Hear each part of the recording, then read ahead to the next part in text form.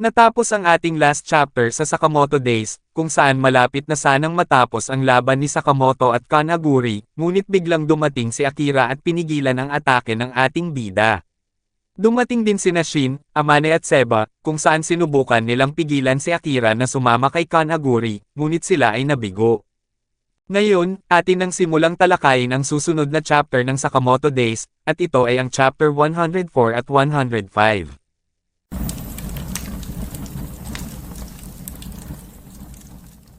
Nagsimula ang chapter, kung saan ilang araw na ang lumipas, mula noong pag-atake sa JCC at pag-alis ni Akira sa paaralan. 12 guro ang napatay at isang mag-aaral ang nawawala, kaya isinara ang paaralan sa loob ng ilang araw. Ang mga nasugatan ay ginamot, kinumpuni ang mga sirang pasilidad, at isinagawa ang mga libing para sa mga yumaong guro. Si Amane ay pinagmamasdan ng papel na may markang X at sinabi, na hindi ako makapaniwala na hinangaan natin ang mga baliw na yon. Nasa tabi naman niya si Mr. Sakamoto at sinabi ng ating bida, na huwag kang masyadong magalit tungkol dyan. Huli man o maaga, inatake na nila ang JCC kahit ano paman, makakahanap sila ng paraan, hindi mo dapat maramdaman na ikaw ay may pananagutan. Tinanong ni Amane na ikaw si Sakamoto, tama, habang nasa isipan niya ang mukha ni Mrs. Sakamoto. Bigla namang dumating ang lolo ni Amane at sinambit nito na ang magandang bagay sa lahat ng ito ay ikaw si Sakamoto. Salamat sa pagligtas sa JCC, habang sinaad ni Mr. Sakamoto na sinwerte lang kami. Sinabi ni Byodo na Sakamoto, bakit mo hinahabol si X? O mas tama na si Uzuki. Sinambit ni Sakamoto na tumigil na akong maging assassin, namumuhay na ako ng payak kasama ang aking pamilya ngayon. Ang nakaraan ko ay naglalagay ng panganib sa aking pamilya, nasa akin ang tungkulin ko bilang isang ama. At hindi ko basta iiwan si Akira pagkatapos ng lahat ng nangyari. Sinaad ni Seba na huwag niyo ding kalimutan ang aking kapatid, habang sinabi ni Shin na hindi namin siya kinakalimutan. Sinambit ni Byodo na naiintindihan ko, sumama ka sa akin, ibibigay ko sa iyo ang lahat ng impormasyon na mayroon ako tungkol kay Uzuki. Sila ay nagtungo sa loob ng paaralan, at kumuha ng lapis si Byodo. Sinabi ni Byodo na bawat estudyante sa JCC ay may personal na file na naglalaman ng kanilang mga grado, dito tayo magsisimula. Tinanong ni Shin na isang personal na file. Nandito pa rin ba ito? Sinambit ni Byodo na kinuha ni Uzuki ang orihinal na kopya noong umalis siya sa akademya, nasilip ko ito noon, tingnan natin. Nagtataka sila kung ano ang nais ipahiwatig ng matanda, habang biglang mabilis na nagsulat si Byodo sa papel. Pagkatapos magsulat ni Byodo ay sinaad nito na si Kei Uzuki ay pinalaki sa isang JAA ampunan, pumasa siya sa entrance exam at nag-enroll sa JCC noong siya ay 14 na taon. Nakakuha siya ng mataas na marka sa entrance exam, ngunit pagkatapos noon ay naging karaniwang estudyante siya na walang kapansin-pansing nagawa, hanggang sa siya ay huminto sa pag-aaral noong ika-4 na taon, bago pa man magtapos. Nang tignan nila ang mga papel ay labis silang nagulat at sinambit ni Shin, na gumuhit pa nga siya ng larawan. Sinabi ni Seba na masyado akong nadidistract sa kakayahan niya, kaya hindi ko makuha lahat ng impormasyon na yan. Sinaad ni Byodo na ayaw kong gawin ito dahil nagbibigay ito ng pananakit ng aking mga litid. Sinambit ni Shin na gayon paman, medyo nakakapagtaka, inakala kong mas magiging pambihirang assassin siya. Sinabi ni Sakamoto na kahit noong kami ay mga estudyante, bihira kaming mag-usap. Sinaad ni Byodo na siya ay isang tahimik na bata dito sa paaralan, nag-aatubiling pumatay, pagkatapos umalis sa JCC, may mga bulong-bulungan na napatay na siya sa isang insidente. Ngunit ilang taon na ang nakalipas, nakita ko si Uzuki. Nagulat si Shin sa kanyang narinig, at tinanong nito kung saan niya siya nakita.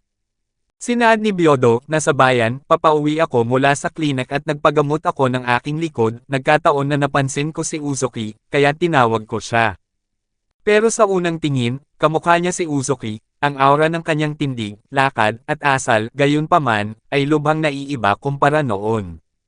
Nagulat si Shin at Mr. Sakamoto sa kanilang nalaman at sinabi ni Shin, na teka lang, nagbabago ang ating tindig, lakad, at lahat ng bagay sa paglipas ng panahon. Sinambit ni Sakamoto na nakilala mo agad ako kahit na nakadisguise ako, lolo, hindi madaling maitago ang kakaibang paraan ng paggamit natin ng ating mga kalamnan o kung paano tayo humihinga.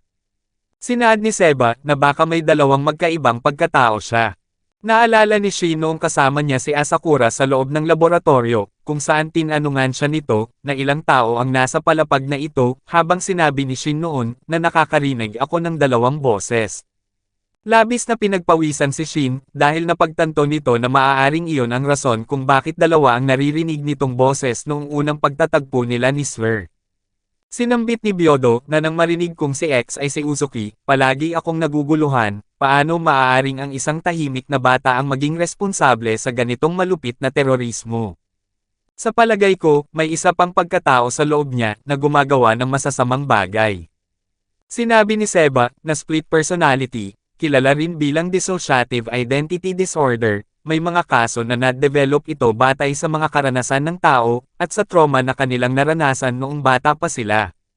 Ito ay nangyayari kapag ang tao ay lumilikha ng hiwalay na personalidad, upang makatakas sa hindi matiis na sakit. Sa ganitong kaso, baka dapat nating tawagan ang ampunan kung saan lumaki si X. Agad na tinawagan ni Shin ang numero na nakalagay sa impormasyon ni Swer, ngunit hindi na ito gumagana. Kinuha naman ni Seba ang kanyang telepono at sinaad na kung pinamamahalaan ito ng JAA, dapat natin silang tanungin ng direkta. Tinawagan nila ang JAA upang kumpirmahin na sila nga ang namamahala nito at sinabi ng employee na oo, ang ampunan ay pinamamahalaan ng JAA hanggang sa taong 20.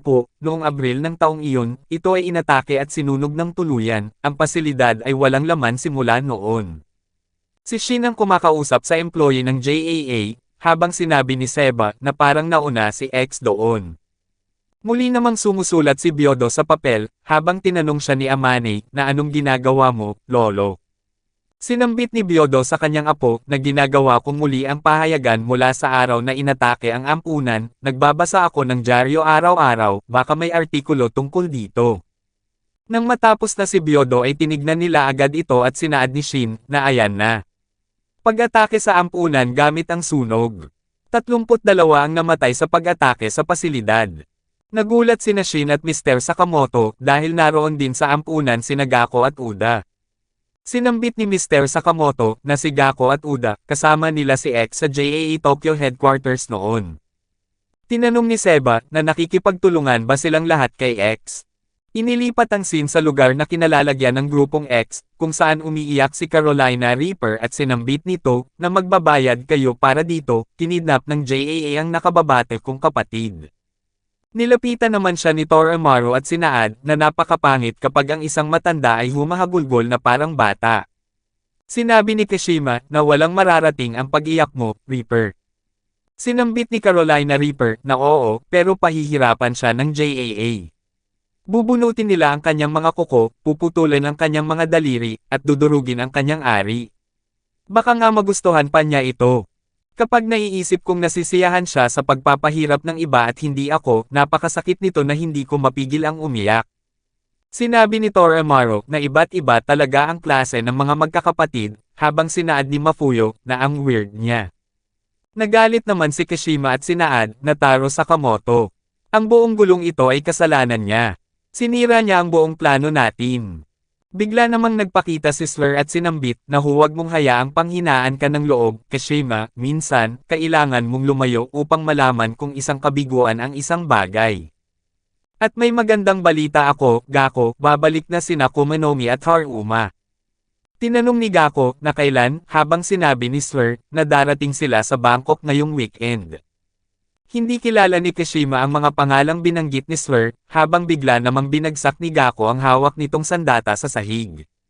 Sinabi ni Gako na kung darating sila, ayos lang ba kung matutulog muna ako? Tinanong ni Kashima na sino sila, habang sinambit ni Gako na mga kaibigan sila. Matagal-tagal na rin simula noong nagkita tayong lahat, boss, magkakaroon tayo ng kasiyahan, hindi ba?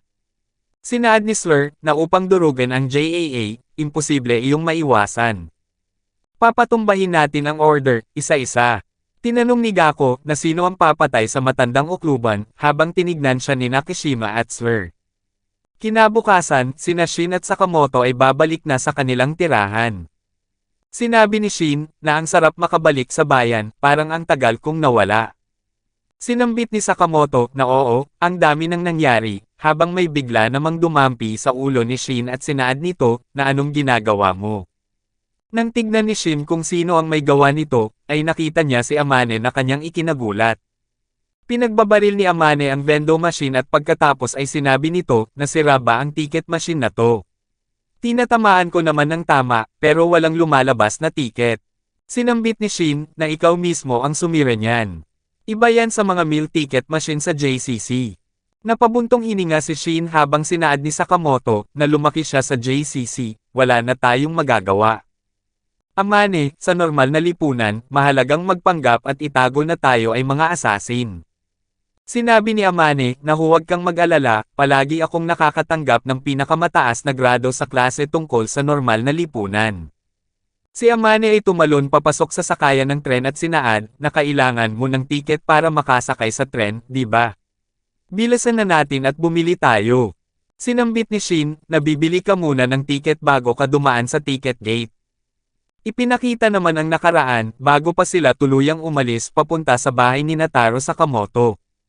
Tinanong ng lolo ni Amane, na ano na ang gagawin niyo niyan, Sakamoto. Sinabi ni Shin, na nakakuha kami ng impormasyon mula kay Club Jam tungkol sa pinagtataguan ni X, alam naming nasa isang abandonadong bodega sila sa Bangkok, Thailand. Sinambit ni Sakamoto, na pupunta kami roon pagkatapos naming ayusin ang lahat. Siguradong papunta na si Akira, kailangan namin siyang pigilan, bago niya maabutan si X. Sina Sakamoto at Shin ay sasakay na sana ng helicopter, ngunit biglang dumating si Amane at nais nitong sumama sa kanila. Tinanong ni Shin kung bakit ito sasama, habang sinaad ni Amane, na gusto kong hanapin ang tatay ko, kapalit ng pagtulong ko sa inyo, matutulungan mo ba akong hanapin ang tatay ko Sakamoto, ang dating kasamahan mo. Sinabi ni Shin, na isa ka lang estudyanteng nasa unang taon, wala ka pang level 1 license, ilegal para sa'yo ang magsagawa ng mga gawaing pamamaslang ng walang learner's permit. Sinambit ni Amane, na hindi ako papatay ng kahit sino. Gusto ko lang mahanap ang aking ama. Sinaad ni Sakamoto, na oo, pero ano bang mapapala namin sa pagsama ng isang bata? Sinabi ni Shin sa kanyang isipan, na ang katotohanang hinihingi ni Mr. Sakamoto ang tulong niya bilang kapwa-assassin, ay nangangahulugang may nakikita siyang kakaiba kay Amane. Si Amane ay mabilis na nagsulat sa papel at pagkatapos ay ipinakita niya ito at sinaad, na kumpiyansa ako sa aking memorya, kahit hindi ito kasing husay ng sa lolo ko, ito ang larawang naaalala ko mula sa isang video call kasama ang kaibigan ni X na may sungay. Labis na namangha si Shin nang tignan niya ang papel na ginuhitin ni Amane, habang sinabi ni Sakamoto, na ang guhit na ito may refleksyon sa mata ng may sungay, isang karatula ba? Bigla namang lumitaw si Seba at ginamit niya ang kanyang telepono, upang tignan kung ano ang nakasulat at napag-alaman nito na ito ay fried crab curry. Isang tradisyonal na pagkain ng mga Thai. Sinaad ni Shin, na sa madaling salita, isa itong abandonadong bodega malapit sa isang curry restaurant sa Bangkok. Dapat nitong paliitin ang paghahanap natin. Hinawakan ni Byodo ang balikat ni Sakamoto at sinabi, na magsusumite ako ng aplikasyon sa akademya, para makakuha si Amane ng part-time na trabaho. Sinabihan ni Sakamoto si Amane, na una, kailangan mong magsanay, dapat mong alamin ang paggamit ng cash register. Sinambit ni Amane, na mabilis akong matuto ng mga bagay. Cash register, isa ba iyong espesyal na atake? Hindi ko pa naririnig yun, at titignan ko na lang mamaya. Tinanong ni Shin si Seba, na paano naman ikaw, Seba? Sasama ka ba sa amin? Sinaad ni Seba, na gusto ko sana, pero mula noong laban ko kay Club Jam, ay hindi ko na magamit ang kanang kamay ko. Kung may isang tao na hindi makasabay, bumababa ang tsansa ng lahat na makaligtas, nasa unang taon naming aklat aralin yan, hahanapin ko na lang mag-isa ang impormasyon tungkol kay X. Tinawag ni Shin si Seba at sinambit, na hahanapin ko si Mafuyo. Ibabalik namin siya, pangako. Sinabi ni Seba, na salamat, ikaw na mabahong clairvoyant. Nga pala, kung masira ang sandata mo, sabihan mo lang ako. Ibinalik na ang scene sa kasalukuyan, kung saan sinambit ni Shin, na iniwan natin sina Lo at Hisoke na namamahala sa store, sana ayos lang ang tindahan. Tinanong ni Amane kung sino si Lo at Heisuke, habang sinaad ni Shin, na ipapakilala ka namin sa kanila mamaya, sila ay magkapares na walang silbing mga asasin. Nang makarating na sila sa tindahan, ay labis silang nagulat dahil napakaraming tao sa labas. Sinambit ni Amane na ito pala ang tindahan ni Sakamoto. Mukhang patok ito. Sinabi ni Shin na bakit napakaraming tao, habang sinaad ni Sakamoto na iisa lang ang posibleng paliwanag. Malamang bumagsak ang kita ng tindahan nang wala tayo, siguradong naubusan na sila ng paraan at sinubukan ang isang out-of-business sale. Nakita ni Lucy na Shin at sinambit nito na nandito na sina Boss at Shin. Welcome back. Nang makapasok na sila ng tindahan ay sinabi ni Lu na nagsimula kaming magbenta ng maraming alak at merienda, kaya ang daming lalaking nagsidatingan para mamili dito, nagsimula na rin kaming maghain ng mainit na odensto. Pinagmasdan ni Amane ang odensto na tinutukoy ni Lu, habang sinambit ni Lu na pwede kang kumuha. Kahit sino ka man. Sarap na sarap si Amane sa kanyang kinakain, habang tinanong ni Shin kung nasaan si Heisuke. Sinaad ni Lu na busy talaga si Heisuke sa Piber Eats, habang tinanong ni Shin na ano iyon. Inilipat ang Shin kay Heisuke, kung saan tinignan niya ang kanyang telepono at sinambit, na tingnan natin, ang susunod na delivery ay sa Matandang Sugita, numero 13, 2nd Street, isang detergent, itlog, at odan, okay doon ba, Heisuke? Ginamit ni Heisuke ang kanyang sniper gun, at pagkatapos ay naglabas ito ng isang maliit na parachute na may nakasupot dito. Ang parachute ay patungo sa matanda at sinabi nito na saktong-sakto ang tira mo gaya ng dati, Heisuke. Eto na ang bayad, Heisuke. Bigla namang dumating sina Sakamoto kung nasaan si Heisuke. Sinaad ni Heisuke na kayo pala Shin at Taro. Nag-enjoy ba kayo sa JCC? Hindi na ako makapaghintay na marinig ang buong kwento. Pero abala pa ako sa ngayon, ang susunod na order ay 2 kilometro ang layo sa Nakite Town. Pinagmasdan naman ni Amane si Heisuke at sinabi nito na mga pakpak at target mark sa kanyang mukha, ikaw na nga siguro. Ang maalamat na sniper na tinatawag na Dragon sa JCC. Anong ginagawa niya rito? May bigla namang humawak sa pisngi ni Sakamoto, at nang tignan niya ito ay ang kanyang asawa pala. Sinaad ni Mrs. Sakamoto na maligayang pagbabalik, mahal ko. Nagpakita din si Hana, at nilapitan niya ang kanyang ama upang kamustahin. Nagulat naman si Amane sa kanyang nakita at sinambit na anong nangyayari. Dalawang Sakamoto. Hindi ko maintindihan ang mga bagay-bagay, habang nawalan ito ng malay na ikinangamba ni Shin. Inilipat naman ang Shin kay Kanaguri, kung saan pinagmamasdan niya ang kalangitan at sinabi, na sabihin mo sa akin ang isang bagay. Bakit mo masyadong pinapahalagahan ang paghihiganti para kay Rion Akao, Akira Akao? May 4 na lalaki ang nakatali ang mga kamay, paa at bibig sa kanilang tabi. Nilapitan sila ni Akira at sinambit na pasensya ng mga floaters, hindi maaaring malaman ng JAA kung nasaan si Kanaguri sa ngayon, kapag tapos na ang lahat, ipinapangako kung papatayin ko siya. Sinaad ni Kanaguri na Akira Akao, masyado kang malambot. Sa ganyang paraan, papatayin ka na ng mga tauhan ni X bago ka pa makarating sa kanya. Sinabi ni Akira na papatayin mo ang mga tauhan ni X, kaya kita isinama. Sinambit ni Kanaguri na may kasunduan tayo, ikaw ang bida sa pelikula ko, at dadalhin kita kay X, yun lang, huwag kang umasa sa tulong ko. Sinaad ni Akira na kung may ibang pumatay sa akin bukod kay X, talaga bang makukontento ka sa isang napaka-boring na katapusan? Napaisip si Kanaguri at sinabi na hindi ako makokontento. Namangha si Kanaguri at sinambit sa kanyang isipan na ramdam kong tumataas ang adrenaline ko. Si X at si Akira Akao. Ang order at ang grupo ni Sakamoto, kumpleto na ang mga artista ko. Kapag nagsama-sama silang lahat, anong mangyayari? Makukuhanan ng kamera ko kung sino man ang matitirang nakatayo sa dulo. Dito na natatapos ang chapter 104 at 105 ng Sakamoto Days. Paki-like and follow naman po ng ating Facebook page, nasa description po yung link. Muli huwag kalimutang mag-like, comment, share at subscribe sa ating channel. Salamat.